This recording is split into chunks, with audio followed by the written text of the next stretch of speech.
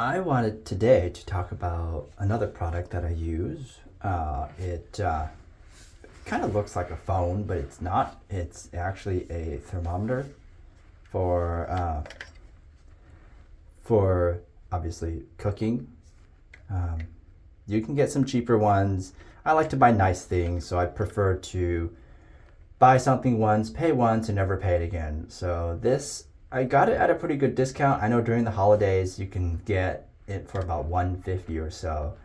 By itself, you can buy maybe one. So it only comes with one thermometer for about 80 bucks.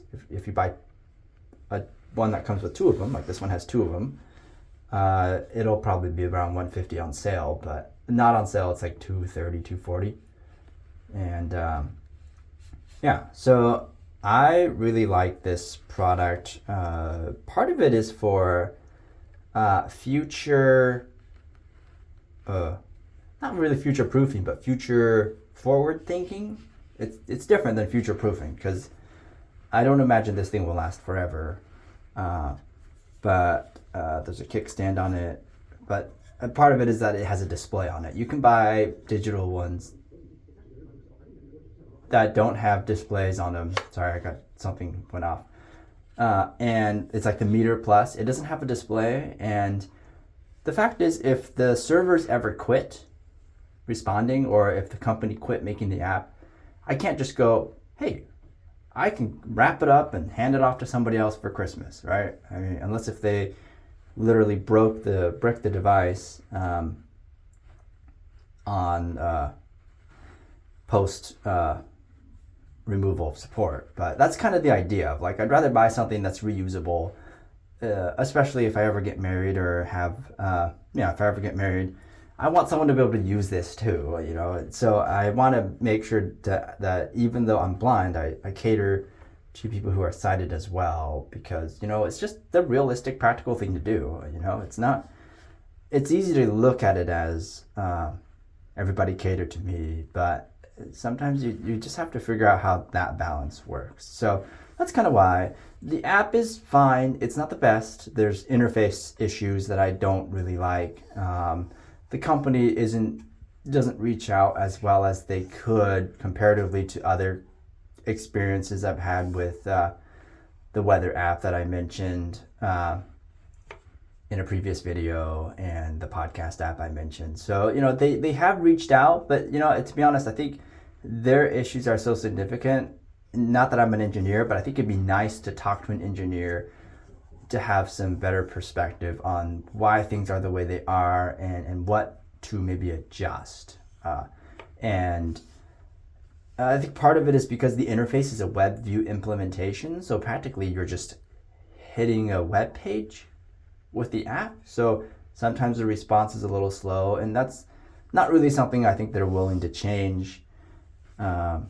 But you know, you got to start somewhere, right? So I think that's a solvable issue. It's more like headings should exist if you're going to make a web view implementation to help with, you know, steak should be a heading, and then you could talk about, you know, the options below that are like maybe how you want to cook the steak or something, you know, or different kind of meats like poultry should maybe be a heading, and then fish and chicken. I can't really describe it exactly because I can't use my phone as I'm recording the video. So excuse the vagueness to some degree. I haven't tried AI Chef. They do have AI Chef, but I kind of just figure out my recipe beforehand and use the thermometer as needed. It's nice. It's trackable. It's within half a degree accurate. That's part of the reason why I also got it, is I didn't want a thermometer that's 2 degrees off. Well, that sounds pretty insignificant, but you know, you don't want that chicken dry, you know. So I'd rather pay for something nice once and never have to deal with it again. And yeah, that's kind of it. You know, it's a nice product. I think it's gold. I don't know. It's called the Typhure Sync Gold. So I appreciate the fact that you could walk practically wherever you like on your property, and you'll never get it disconnected. It's loud enough that you can't mistake it, and having two is nice. So it's a little bit thick, I think, for a thermometer, you know, it kind of, it's thick enough that it kind of, if this end wasn't blunt, you could probably use it as a rectal thermometer. Might be a bit of a, might have made some people, what is it? When people kind of get a little bit, they get a little disgusted, squeamish, that's it. And it's pretty sturdy. It could handle, the ambient part can handle up to like 1,000 degrees. And I don't remember the sensor part. I have triggered it where it's like, hey, it's gonna overheat.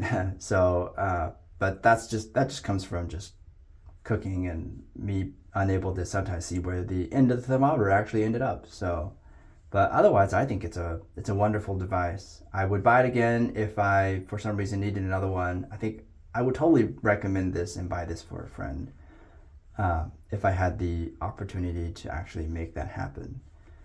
Otherwise, it does take up a phone, and you know how phones get pretty dirty, so you kind of have to maybe wipe your phone down so you don't touch food with your dirty phone. So there's a little bit of that you kind of have to contend with.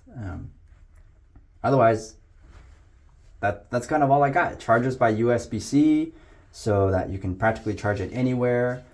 You know, maybe I haven't found it, but a battery percentage would be great on the devices tab if they could put it there somewhere, at least the percentage of the base, you know, like, you know, Typhure Sync Gold, battery 10% or something. I don't know. Something like that. That would be actually a great feature for me to not actually let it die, because sometimes it's inconvenient when it dies. So anyway, hopefully you guys all have a great day. It's great that nobody's watching, so hopefully somebody watches and likes and subscribes. I know it takes time to start these things, because eventually I'm going to run out of products to show, and I'm going to have to go outside or do something else. So please like and subscribe, and encourage me to go outside, you know. Have a great day.